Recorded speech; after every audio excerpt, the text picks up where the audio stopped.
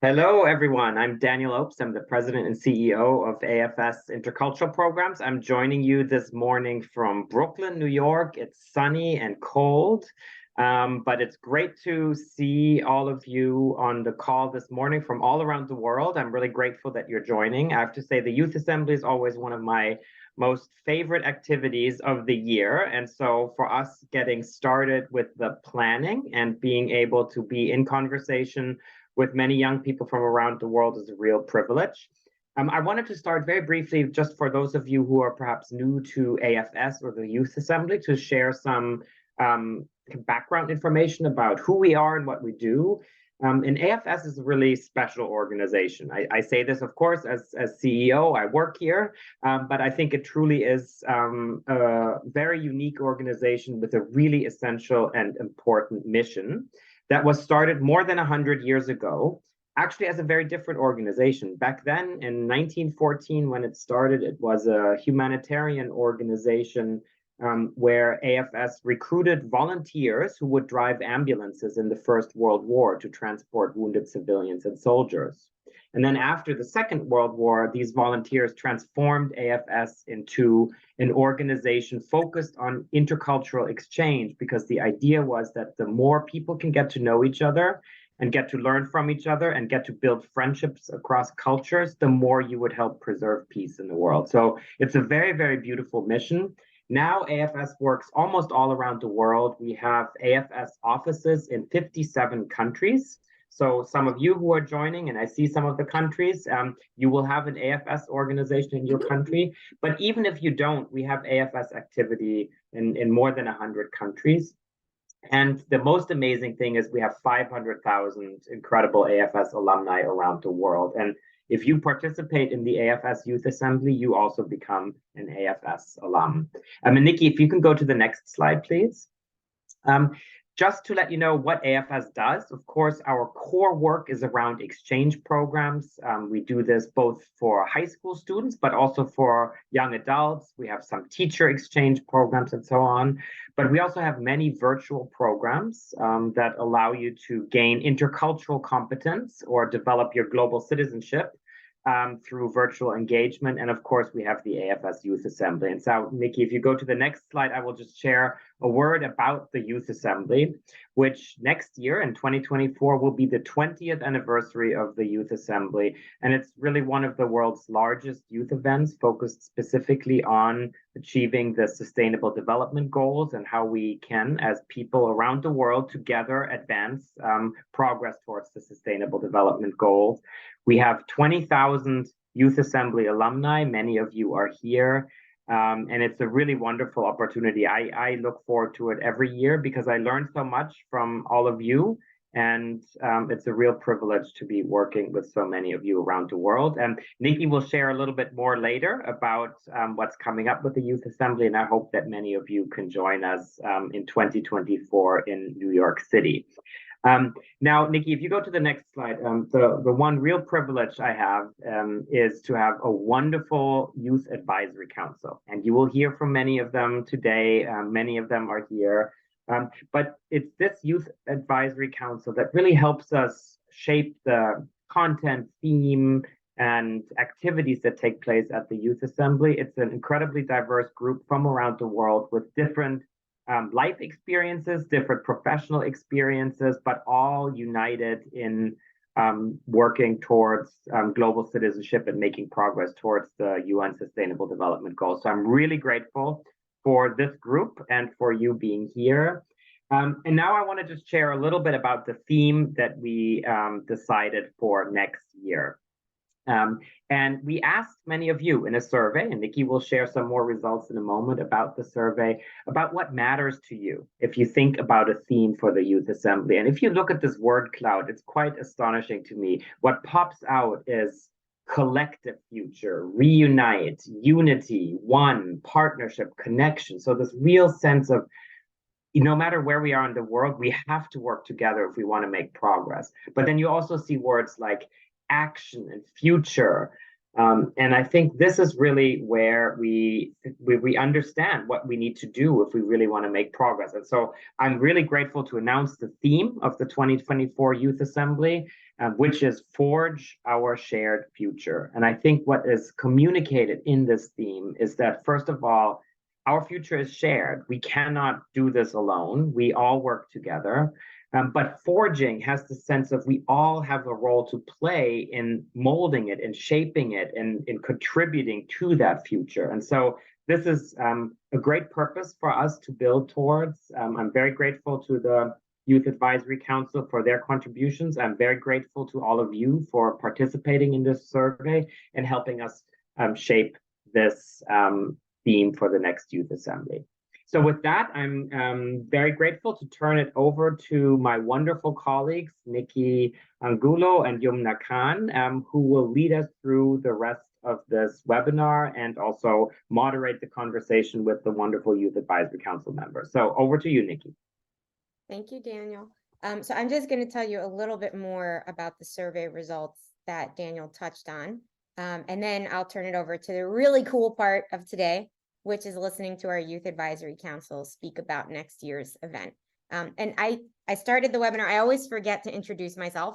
I'm Nikki Levinson Angulo. I'm the Deputy Chief of Organization Development at AFS International, and I work with Yumna Khan, the Director of the Youth Assembly and Strategic Youth Initiatives at AFS, on the Youth Assembly, and also on many other things in the big, wide world of AFS. And if there's one thing I could invite you all to do today, it's, even though we're speaking about the AFS Youth Assembly very specifically, I do invite you to learn more about AFS. It's a huge organization with a wonderful history and a very big presence. So wherever you are in the world, please try to connect with us. We'd like to connect with you. So again, like Daniel said, AFS cares a lot about what young people think. And we don't want young people to be tokens, right? Where you say, oh yeah, we ask young people. We really, really like to try and include young people in processes. And so that involved a survey to hundreds of young people around the world asking for their opinion, and also involved working with our Youth Advisory Council. And I want to thank those young voices for helping us form this year. So specifically, what did people say when we said, what SDGs do you want to discuss at the 29th session of the Youth Assembly? The most popular was SDG 4, quality education, followed by SDG 5, gender equality, SDG 3, good health, SDG 13, climate action, and SDG 1, no poverty. And then we saw a lot of interest in SDG 16, which is peace, justice, and strong institutions, and SDG 2, no hunger. So what did we do with that information? We came up with our theme, which Daniel shared, right? Forge our shared future. And we also take those areas of interest that young people express and we turn them into tracks. So I know everybody on the Youth Advisory Council has been to the Youth Assembly before. If you're joining today and you're in the chat, how many of you, just put in the chat if you're a Youth Assembly alumni and maybe share the year that you came or something like that. I just am interested in how many people have never been before that are listening to us today and how many people have been. Cool. So we have someone who's, hi, Mustaqim, thank you. You were an alumni of last year. So I'd love to know how many people here have been before. You're new. Welcome, Kurat. Super great to have you. Hi, Rachel. I know Rachel's name. So great to see we have a mix of old and new people. But if you've been to the Youth Assembly before, or if you're planning on coming, one of the coolest things about the agenda is that it's organized in tracks. All the tracks are related to the Sustainable Development Goals, but it means that you can either pick one track and really, really focus, or you can hop around and learn about a variety of different topics. So the tracks for this year, which include beneath them a lot of sub-themes. The first is global shocks, tackling humanitarian crises. Second is the future of education, leveraging technology and education and innovation. The third is save our planet, unite for climate action. And the fourth is food security, strengthen global food systems. So those are going to be the tracks around which the entire program will be arranged at the 2024 Youth Assembly. And I'm really excited. Every year, the content at the Youth Assembly is outstanding. So if you're thinking about coming this year, I hope you're starting to get excited about the agenda now by seeing these tracks. With that, I'm going to stop sharing my screen and turn it over to my colleague Yumna to talk about 2024 with our Youth Advisory Council. Great, thank you so much, Nikki and Daniel. And again, welcome to our amazing Youth Advisory Council members. We have 10 members on the council, and currently there are 7 attending this session. So welcome again, and thank you for joining us. We're really excited to hear your thoughts and reflections about our agenda for the 29th session of the Youth Assembly, as well as maybe hearing more about the priorities of youth in your region. So really turning to you guys now, maybe I can start with Dana and Wantu. If you can talk to me a little bit about the global survey results and the concept of the 29th session and how you felt by looking at these things that were announced. Thanks, Yumna. Happy to be here. And as usual, I want to give thanks to both yourself and the team for your leadership and support and ensuring that youth voices are heard and incorporated year after year with creating the theme, creating the gist of what makes the Youth Assembly youth-based. With that being said, I say this with a heavy heart. I guess we have one of the biggest themes, which is that of humanitarian crisis this year, something very close to home for me, the Gaza crisis, the Syrian refugee crisis. A lot of humanitarian issues continue to haunt us. And this is not just on a political side, but also on a humanitarian youth-led initiative side. And on another point with that being said, education iconically continues to take the lead, because I mean, I personally work in the field of development with SDG 4, and the conversations around education continue to be that education is the key to unlocking the SDGs. And it's very inspiring to see that the youth are aware of that. The youth are requesting that in the survey, but that also youth are affected by humanitarian crises. And this continues to come up year after year, whether it's through the refugee crisis or the humanitarian crisis at large. Another interesting fun fact is that of leveraging perhaps AI, technology in general. We're seeing a rise in that more and more, especially with ChatGPT being a thing globally. But how can we leverage more on different tools to really push us forward and forging our future together? That's all for me. Thanks. Thank you. Wantu. Yeah, I think that's already an excellent point by Dana. I'm so happy to see everyone from AFS. One of the most important aspects of the team that stood up is the humanitarian issues. And I echo the sentiment of Dana. So currently in our world today, we have 1.2 billion in needs of humanitarian crisis. And it's not just one of the important aspects is this year at the Youth Assembly, the fact that we are tackling both humanitarian issue and also creating solution for security crisis. I think that's also very critical because you obviously cannot solve humanitarian issue without, having conversation about the issues that impact humanitarian crisis.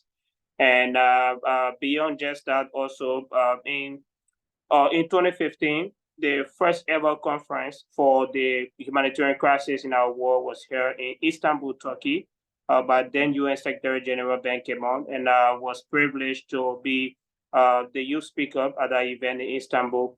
And from there on, what we have seen with the Sheba humanitarian crisis have gone to very dire conditions. In Yemen, there's over 23 million people that are in need of dire humanitarian issues. In Africa, there's also internal crisis in Congo. And I think this year's assembly present issues that everyone will be faced with geopolitically, whether you are African, whether you are an American, whether you are from the Middle East, you will find yourself important and part of the conversation. The last aspect is, I think Dana spoke of education. I love the fact that we still maintain our goal on ensuring climate sustainability. Regardless of the crisis, the impact of climate change is still, widening in every space as possible.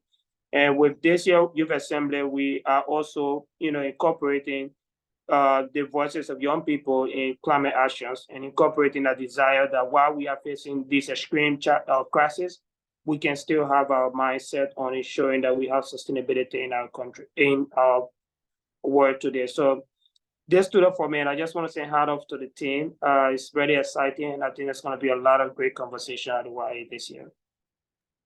Thank you so much. And really echoing, Donna, what you said, education is the key to opening all the other sustainable development goals, and which is why we find ourselves focusing on it each youth assembly. And it's definitely very exciting to see that young people have so much to add in that area. And then want to, it's really nice to be able to, and for all the young people, no matter what part of the world that they're coming from, that there is a place and an important space for them to come and really be part of the Youth Assembly. So thank you for raising those points. I'm going to go to Alami Posi and ask you, what similarities do you see as for youth priorities in your region of the world? Thank you very much, Yumna. Hello, everyone. It's so good to be here again. It's good to see you, Daniel. It's good to see you, Siri, and all of the YA Council members. Hello, everyone. I really love what Dana already said and what Wanton contributed. And just to piggyback off that, we have seen a lot of contributions around education. Just this Saturday, we had the second iteration of our annual summit, where we converge youths and teach them technical education like we do. And last year we had over 28,000 people. This year we had over 30,000 people. So and these were 30,000 new people. The only returning members were people who had benefited from the programs, the scholarships we had, and they all came back very ready and eager to help the next generation of people learn more. And it just got me thinking that there is clearly a very deep-seated hunger for education and access to quality education for that matter. Because like everybody else has said, if we're able to re-educate people and give them access to alternative informations, 50%, I mean, that's a very safe number, but 50% of all the other goals would be effectively achieved, because, would all then be working together, would all live in more peaceful communities, would then live in more, climatically safe environments and all of that. So education was one of the, and still is one of the most or topmost priorities from this region, and I believe in the other regions. So thank you. And that's certainly very exciting to hear. You've received 30,000 new members as part of the amazing work that you're doing. So thank you for sharing that. I'm going to move on to Elon and Shah, and Alami Posi, you can also chime into this. Which SDGs are youth most interested in your region? And also maybe you can discuss local priorities of youth from your own perspectives. So maybe we can start with Shah. Thank you, Donna. Sorry. Thank you, Yumna. Sorry, it's already pretty late over here. And it's so great to see everybody over here after the AFS Youth Assembly this year around. Before I start, I actually wanted to echo what Donna said. I actually prepared, so Donna went forward. My heart actually goes out. I'm actually heartbroken to see what is actually going on in the Middle East right now. And I believe the SDGs have been created to lead to a peaceful world. At the end, peace is our end goal. And it is our responsibility as not only young people, but as AFS together to actually work together to ensure that our voices actually reaches the world leaders in order to ensure a peaceful world. We should all actually act together to ensure that no kids should have to die for the disagreements between world leaders at this point. And I hope that we are able to achieve that peaceful world that we all dream of. That being said, I feel like in terms of the SDG goals that we are working, that the focus is in our region specifically. I am from Bangladesh, which is in South Asia. In the developing world, the focus is mostly towards SDG 1 throughout 6, ensuring the rights and necessities for people to overcome the various barriers to poverty. But in recent times, the biggest concentration has been on SDG 13, which is climate action. Bangladesh is known as one of the most climate vulnerable countries in the world. And right now we're actually working towards finding ways on how to adapt to the detrimental impacts of climate itself, be it through floods, be it through cyclones, be it through sea level rises itself. I think it's important to put a focus on these key issues such as climate, especially on this region, because we're running out of time at this point and the actions need to be taken. So at this point in the subcontinent itself, in my region, the work is mainly on climate, and we've been taking tremendous steps in working on innovative solutions to build climate solutions in our area specifically. So yeah, that has been the main focus for young people working in our region, mainly from SDG 1 through 6, with the focus on SDG 13 as well. Thank you. Thank you, Elon. Thanks, Yumya. And thanks also, Shah. That's a great start to this question. I completely agree, and I'm so happy to see the results of the survey because for those who don't know, I'm an educator and I'm a huge SDG 4 advocate. So obviously when I saw the results of the survey, which SDG young people really wanted to target in this upcoming Youth Assembly, SDG 4 won. And I'm a big advocate for not just 4, but all 17 SDGs. And I agree with what Yuna said, is that SDG 4 really unlocks all other SDGs. And when we talk about priorities of young people, I can't not talk about the Youth Declaration on Transforming Education.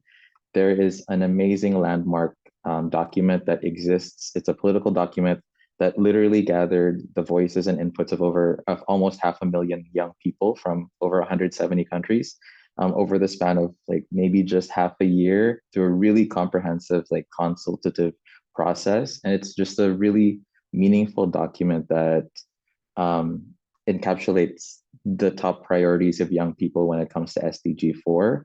And the sort of, like, if you look at it from a big picture, what you really see about how young people envision how education or how SDG 4 should become or how it should be achieved, you can really see how young people have a really unique sort of comprehensiveness to the priorities that they really are demanding when it comes to their education ministries. I mean, if you look at this document, the Youth Declaration, you'll see the priorities that include things like decolonizing pedagogy or gender transformative education.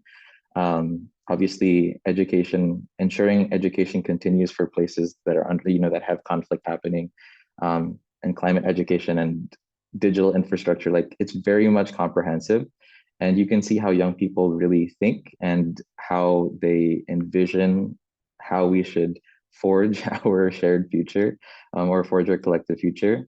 And just that to agree with what Shah was talking about earlier, specifically in my region of Asia Pacific, as part of UNESCO's SDG 4 Youth and Student Network, I've found that especially in our region, there's been a lot of asks for changing mental health and how that is affected by our education systems, but also because, again, we're a region that's really hit hard by climate and natural disasters. Climate education has been a really big priority as well in our region. So I'm really excited for what the Youth Assembly is going to offer when it comes to SDG 4.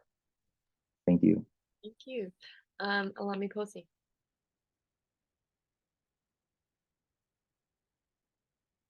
You're on mute. Okay, can you hear me now?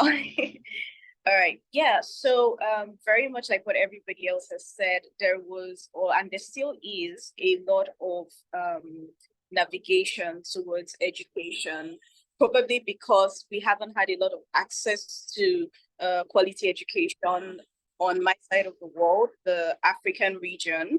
But there is a lot of effort, a lot of contribution towards promoting and advancing education outcomes down here. So it was so exciting to see SDG 4 really off the charts, and yes, so very much like what everybody else has said, it is it's the unlocking factor for all the other SDGs, and that is not something that can be overemphasized. So I'm just going to rest my case here. Thank you. And Elon, you brought up the Youth Declaration, and I think the 29th session agenda really echoes and tries to align ourselves with international youth priorities, no matter, which institution is kind of putting that out there for us to be inspired by. And very similarly, Shah and both Ilan, you guys talked about education and climate, and you brought together climate education. So both of those things becoming so relevant when we think about them kind of as one thing becomes even more crucial for us to discuss at the 29th session. So thank you for pointing that out. I'm going to move towards our other question on challenges that young people are facing. So if Ilan, Khalid, and Shah, you can reflect on youth challenges that you have been able to kind of witness from your own experiences, and how we can really help you navigate those challenges for young people at the Youth Assembly. Hi, good morning. Sorry, can you hear me? Yep, we hear you. Okay, so first of all, thank you and good morning from Canada. I'm honored to be here with this amazing young change maker to achieve our dreams to have a better future. So back to you, to your question. I was in Syria and Turkey last month. I returned to my home, Syria, after 12 years of forced displacement. So I had the chance to visit many refugee and IDP camps. And actually, Yumna, I asked the same questions to hundreds of youth over there. What challenges are you facing at this time? And I told them about Youth Assembly and what we are doing right now with the youth around the world. So most of them said access to education. 90% of them, they said access to education and social injustice. So when I asked them about what do you mean by access to education, what do you have a classes every day or access to internet to learn online or something like that? So many young individuals lack access to quality education due to various factors such as poverty, conflict, or lack of resources and internet. So, and also ask them about because this, I heard all the time about the poverty and education from youth, but when they say social injustice, because as I said, most of them ITPs and refugee. So they said for example, inequality and discrimination based on race, gender, religion, ethnicity. So they face this issue every day with which is they have a huge effect on their mental health. So they mentioned that this one, for example, we don't have access to education and also social injustice, plus that. So that's affect our life. We cannot do basic thing every day as any youth around the world. And one thing here, UNHCR yesterday, they shared a statistic. They said in 2013, we have 51 million forcibly displaced people. Right now, we have 114 million, which is more than 100 increase it in the last 10 years. So, and also, I just want to right now to move it to my colleague, then we can discuss about how we can navigate this challenge. Thank you. If I go forward right now, so I feel like I'll take a more entrepreneurial perspective over here in terms of the challenges that young people are facing, especially in the case of chasing their own ideas or making their own ideas become a reality.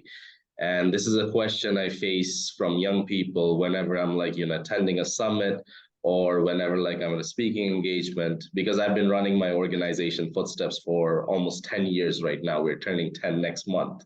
So the first question that I get asked is, how were you able to run this organization for such a long time? How were you able to raise the funding itself? How were you able to partner up with all these amazing organizations? And I feel like the biggest challenge that young people do face, whether it be an entrepreneurial journey or in any other journey of their own, is access to information itself. Who are the right people out there for them in terms of helping them make their ideas become reality? What are the right platforms they should be engaged with? Where should they be knocking on the doors itself? And I believe that AFS is that platform as well for young people right now, because when you're able to come to a platform like AFS, here at the heart of New York, you're able to meet so many young leaders from across the globe, as well as incredible people like Daniel, Yumna over here, who will be able to help guide you with this as well. And we have the amazing Youth Assembly Council as well, who've gone through those experiences, who can help you with this journey itself. The access to information comes with getting to know as many people as possible, sharing your story out there, and seeing who joins in at the end of the day. And the second problem, once you're able to grow as a young people, is being taken seriously by the global organizations or the people around you as well. The important thing over here is to not give up, keep working on your idea, show that quality matters and your idea matters as well. I'll share a personal story. I've been involved in the climate sector for 11 years right now. And throughout these years, I have initially, even recently, I wasn't taken seriously by the governmental people in my own country in terms of, representing Bangladesh at the climate summit, which is the COP, the biggest climate summit out there. After 11 years, the Bangladesh government, after seeing the work that I've been doing over the last decade or so, has finally included me in their official delegation. And I'll be going there with the Bangladesh government next week in Dubai to represent Bangladesh at the climate summit. So the important part is, if you keep working and if people start seeing the impact of your work, the people who didn't take you seriously before will have to start taking you seriously now. So the important part is perseverance. You keep moving on, you keep sharing your story, and you keep researching, trying to knock on as many doors as possible till the right door opens.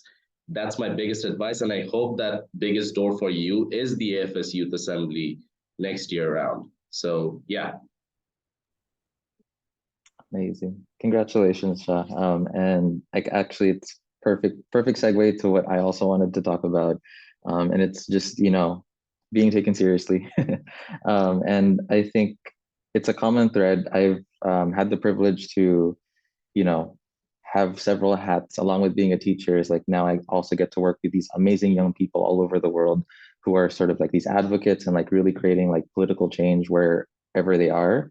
And the common thread always appears, a common challenge always comes up, and it's always what Shah was just talking about. It's not being taken seriously. It's not having a seat at the table at all of these really massive decision-making processes.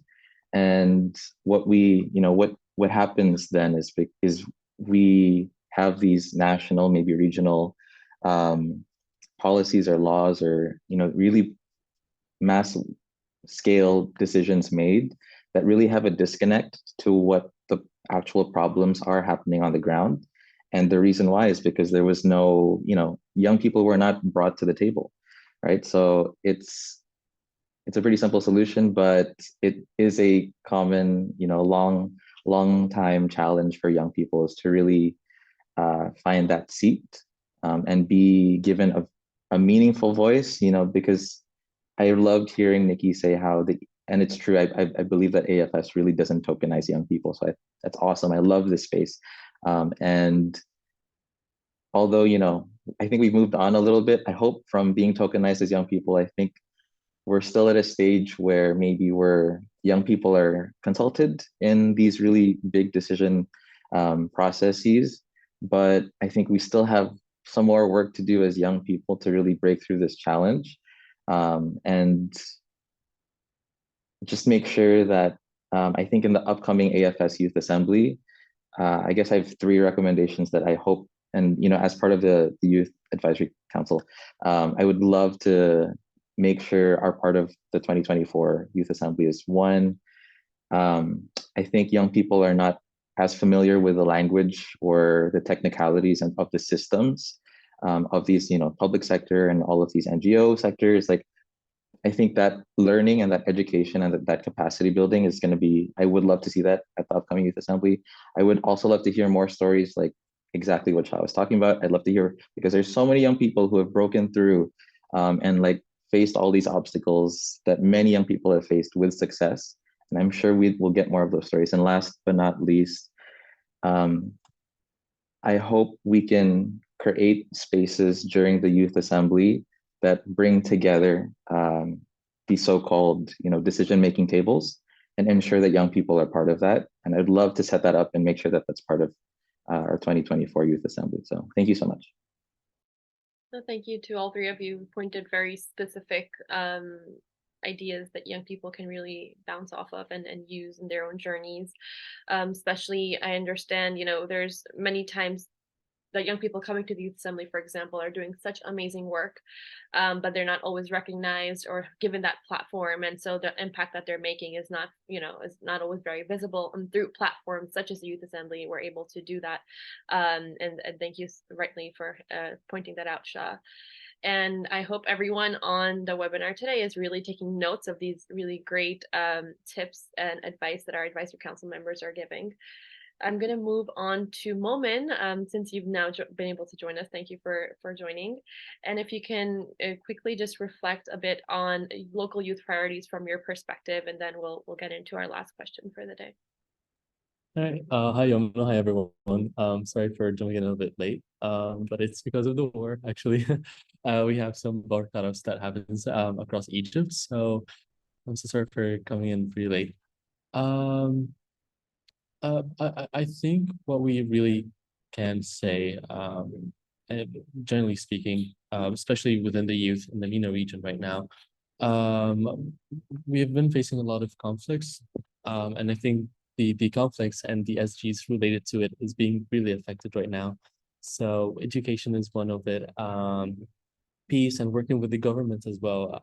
I think the SDGs itself, most of them are being really affected with the conflicts that are happening. But even with all of these conflicts, we can still see hope coming at some point.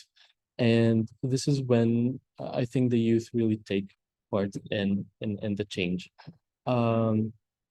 We have seen youth during the conflict that is happening right now, who are taking the initiatives to educate us a little bit about what is happening.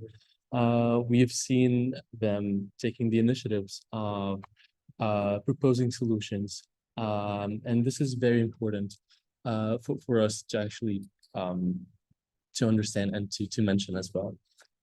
So I think what I really hope for the next AFS and I see really going through is that the youth are taking amazing initiatives right now, even during the hardships that we're facing, but they're taking the steps where they want to educate other youth, and they're taking the step where they see hope in the future. And I think this is one of the positive things that we really need to focus on and to highlight most. So yeah, I'm really positive about the next AFS Youth Assembly. I'm really excited for it. And I think that the youth within our region is just gonna take the initiatives where we can finally have global peace at some point.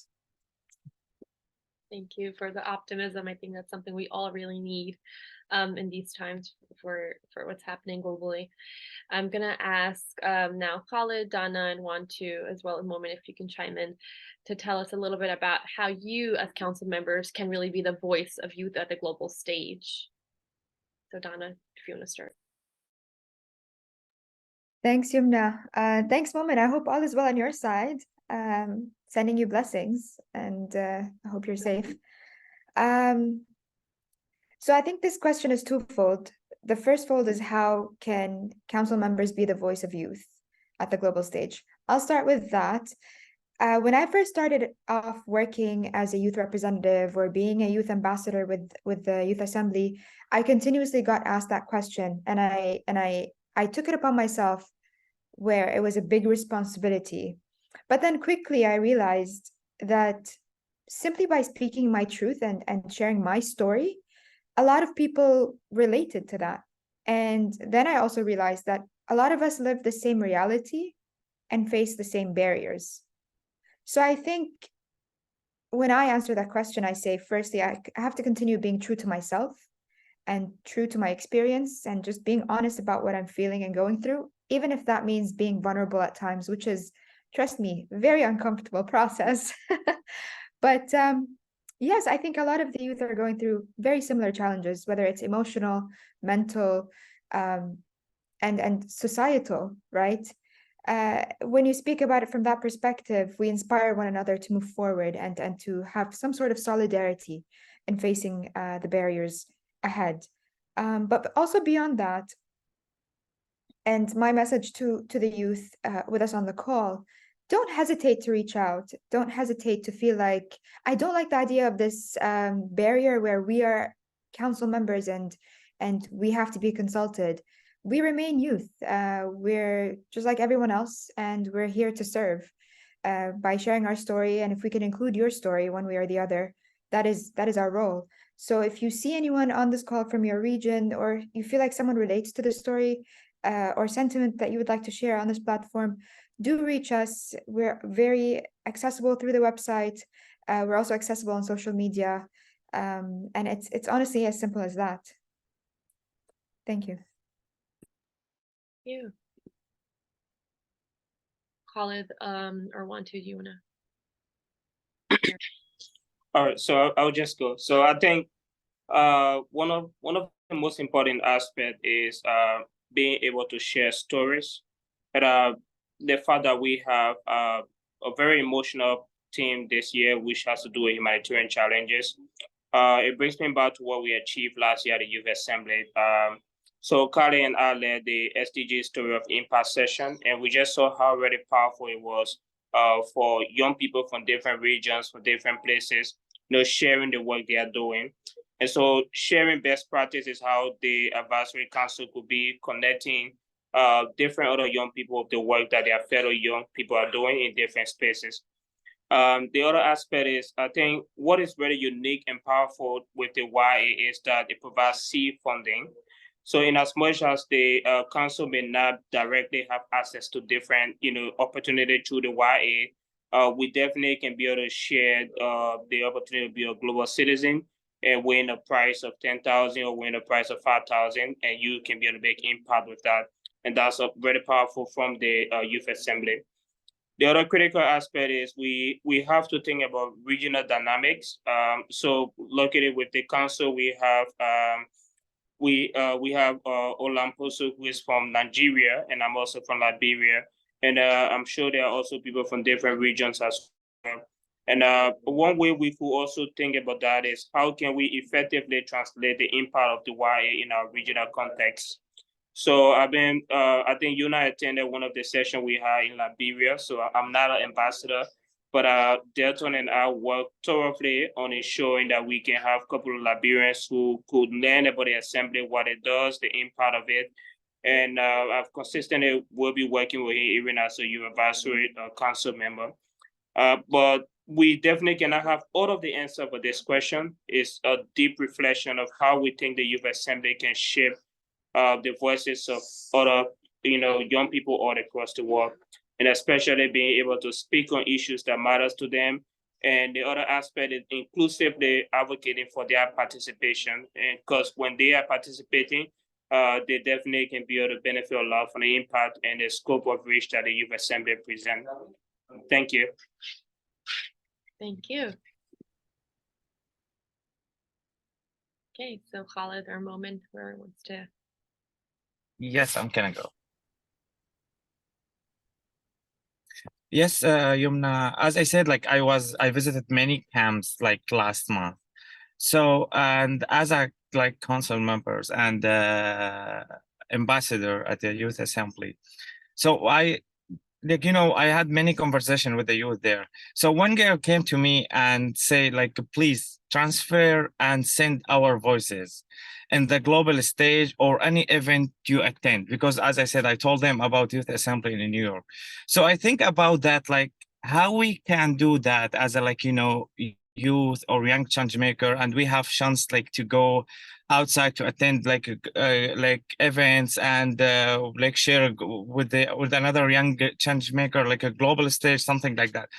So I think we have to do doing more advocacy work and representation. For example, as a council members, we should actively engage with the young people, understand their concerns, and represent their voices in a global forums or policy discussions or like any decision maker process. So, and also bridge building, like we can help between youth with our youth around the world and the global organization, for example, from our experience, from our connection, governments and institution, translating, as I said, like youth perspective and concern into into actionable strategy and policies.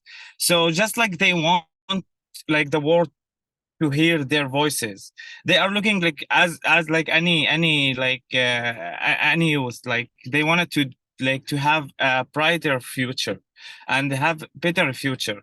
So actually we just like to have to do, as I said, like more advocacy work and interpretation, like just like translating their voices like into a global forms or policy decision, as I said, like for example what we doing every year at Youth Assembly. Thank you. Moment. I think I'm gonna add to what Cal just said. I think and to actually what everyone said. I think we're really privileged right now. We, as council members, we do have the privilege of representing the youth, either from our region or generally speaking, youth everywhere. So what would I say is the hardest thing for the youth is that when they first join any conference, either the AFS Youth Assembly or maybe just applying for something new, sometimes it really feels overwhelming. And this is the one barrier that usually stands between the youth and achieving their goals. Is just the very small doubts that they have of, okay, what if my idea isn't good enough? Or what if I'm not really suited enough for this position or applying? But usually you really have to just take this step and go forward with it. And I think being part of the council or just reaching out to us, it's really important because we kind of just took the step in and of being part of the Youth Assembly, and we think we can just help guide them a little bit with their applications, or maybe if they have initiatives that they want to work on, being part of AFS in general. I think it's very important for us to elevate these voices, and I'm just gonna say it again that we're really privileged. And I've seen a lot of youth who really want to take part of joining different organizations or committees or even the Youth Assembly. But sometimes there's some geographical barriers. The conflicts that are happening is also affecting people.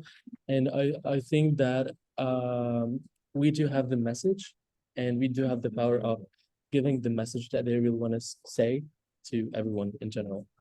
So yeah. Thank you.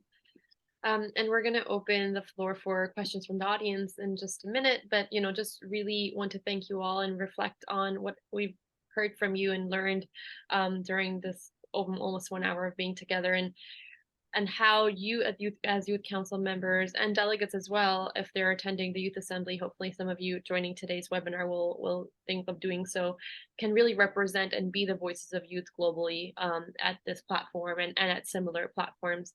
So when you're attending something, you're attending for yourself, but also thinking about everyone behind you and in your communities and what you can do more for them.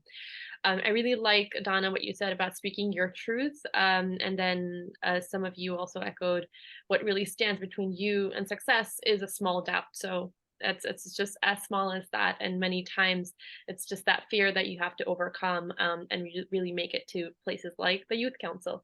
And lastly, of course, we remain youth no matter what. The work that we're all doing around the world, I think it's very commendable, but at the same time, we're young people and hopefully can be relatable to other young people who may be inspired or learn something or be able to collaborate with us. So thank you again. Now I'm gonna just see if we have any questions in the chat from the audience. Feel free to type any questions that you have in the Q&A feature. And I'm gonna jump in. We have a lot of questions it's been a very lively chat. So I would just like to ask the audience, this is a section for you to ask our Youth Advisory Council members questions. They will not be able to answer questions about registration or applications. Lucky for them. So you can continue to direct those questions to me. But I think this is a great opportunity to ask people, young people who've had amazing careers about their experience. Shah, I know you're like, oh my God, am I young? I've been doing this for 10 years, right? But there are young people in front of you who've been doing amazing work, some of them for as long as a decade. So you can use the question and answer feature, or you can use the Q&A feature on the side. But again, I want to encourage you to ask them questions about their career, their experience, their thoughts, less things about the application process. And I just want to thank, we have many very lively members of the conversation from Liberia. So Wanto, I think you deserve credit for that. And we also just seeing people in the chat expressing a desire to really see a big presence from Sub-Saharan Africa and diversity. And I will just sort of summarize some of the questions while people think of other things. We've had a number of questions just about age. So the age for the participants is between 18 and 32. And so if you're over 32, we have a few people interested in that. There is the option to apply as an observer, but there's a very limited number of spots for that because we really do like to focus on people. And I am not a youth. I always like to say I've aged out, but our Youth Advisory Council are youth. And we have a question from Kyla. Yeah, Yumna, over to you there. Yeah, no, it's great. So if Kyla's asking if there's any suggestions or tips on how they can get started, maybe learning from your experiences, if anyone wants to. I'll go ahead. So Kyla, in order to how to get started with whatever type of work that you want to do, first think to yourself, what is that one problem that frustrates you the most, especially a problem that's around you itself. And then try to see if you had the chance, how would you want to solve it? That's how a journey usually begins. Because at the end of the day, we're all trying to solve a specific problem or a number of problems together. So find that one problem that frustrates you the most. Try to see what type of solutions you would want to be present to solve that issue, and then start working on it. So that's how I started. That's how a lot of people started. And I believe you can get started as well. If you ask yourself that question deeply, it'll lead you to that answer that'll lead you to a journey of change itself. So yeah, that's from me.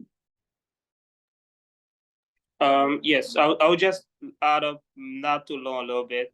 I think Shah said everything. One of the most powerful aspects of the Youth Assembly is you get to meet young people from different cultures, different locations, and different environments who are doing incredible things around the world.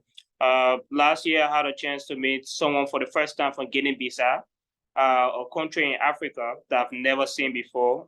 So it was actually my first, meet up with someone from there. And the Youth Assembly feature also a Youth Assembly Advisory Council panel, where we also share some of these experiences that we have had, and we have conversation about background and that you could be able to engage with. I think it was Yuna or Nikki that shared our LinkedIn. Beyond just this conversation, we are very accessible. We could also be happy to share, and you can also follow our journey. From just on an experimental background, you have to be bold to take up little actions, regardless of where you find yourself. One thing I've always believed is that we definitely cannot solve all of the issues in the world, but we can take steps that are local and that are impactful. So if you find yourself in a community or country where you are, think about the issues that are impactful to you. This year we have numerous issues that we'll be having at the Youth Assembly. You could think about what align with your visions, what align with your value for humanity. And when you find that you don't have to start an organization, you can start a little bit by volunteering with an existing organization, gaining skills and gaining expertise. And I think once you realize that you can be able to make changes through those medium, at a gradual level, you grow and become the stage that some of us are today. And I think I will end on this note. The reason probably we are with the Youth Assembly Advisory Council is not because we are making impact, holistically or globally, but we are making tremendous impact nationally, or we are making impact, or we have made impact in our local community. So when you continue to be an Youth Assembly alumni through the impact that you continue to make in your environment, you will actually be supported to be able to continue harnessing the kind of opportunities that the YA offer. And that for me is where I see, growth in that manner. Thank you so much. And with that comment, I'm going to turn it over to Daniel Obst to have some concluding remarks. Daniel. So thank you all very much for joining, and thank you so much to the Youth Advisory Council for these reflections. And as I heard you speak, there are just a few things that stood out that I just wanted to briefly reflect on. One is, and many of you have mentioned this, that young people especially are deeply affected by humanitarian crises and conflicts around the world, and that we so often find ourselves in the middle of geopolitics. And that can both be an opportunity to do something, but it can also be really challenging and difficult. Some of you have mentioned how important education is, not just as a topic into itself, but as a mechanism to unlock the rest of the Sustainable Development Goals. But you've also talked about how access remains a challenge, whether it is access to resources, access to internet, whether it is conflict that is actually preventing you from accessing basic services, but also the notion of social injustice that prevents many of us, or many of you, from participating. And this affects the lives and mental health of many young people around the world. So this is something that we have to be very mindful of. Some of you also talked about succeeding and breaking through and how challenging that is, and how sometimes it's difficult being taken seriously. Sometimes it's difficult knowing, where to begin, getting a seat at the table, the access to resources and support and mentorship. And so that it really takes perseverance. And I think what we're seeing from the Youth Advisory Council members, but also many of you on the call, is that you have that perseverance, and that is so important, I think. But what our responsibility is, I see also at AFS and on other organizations, we do have to provide that platform and give young people that ecosystem to succeed. And I think that's why many of you mentioned continued importance of advocacy, and I take that very seriously. We have to continue to advocate for this, but we also have to do more and better to provide the platforms for you, not just at the global stage, but also at the regional or local stage. And I think this is something that we're going to be investing in next year for the Youth Assembly, is that the Youth Assembly is not just one-time conference in a year, but that it is a year-round platform where you get mentorship and support and can build community in your countries. And so this is something that we really want to see. And I want to end with what some of you have reflected on, which gives me great strength and courage, is that despite all of these many challenges, there's so much hope that all of you exhibit, and that there's so many young people taking initiatives, and that we're all focused on global peace, and that there is real shared humanity, and there's a shared future, and that we have all to work together in order to achieve that. So I want to thank all of you so much for being part of this platform, of being part of the Youth Assembly, and especially to our Youth Advisory Council for your wisdom despite your youth. So thank you all very much for joining. I look forward to seeing many of you in New York or on our next webinar. So thank you all very much, and see you soon. Bye-bye.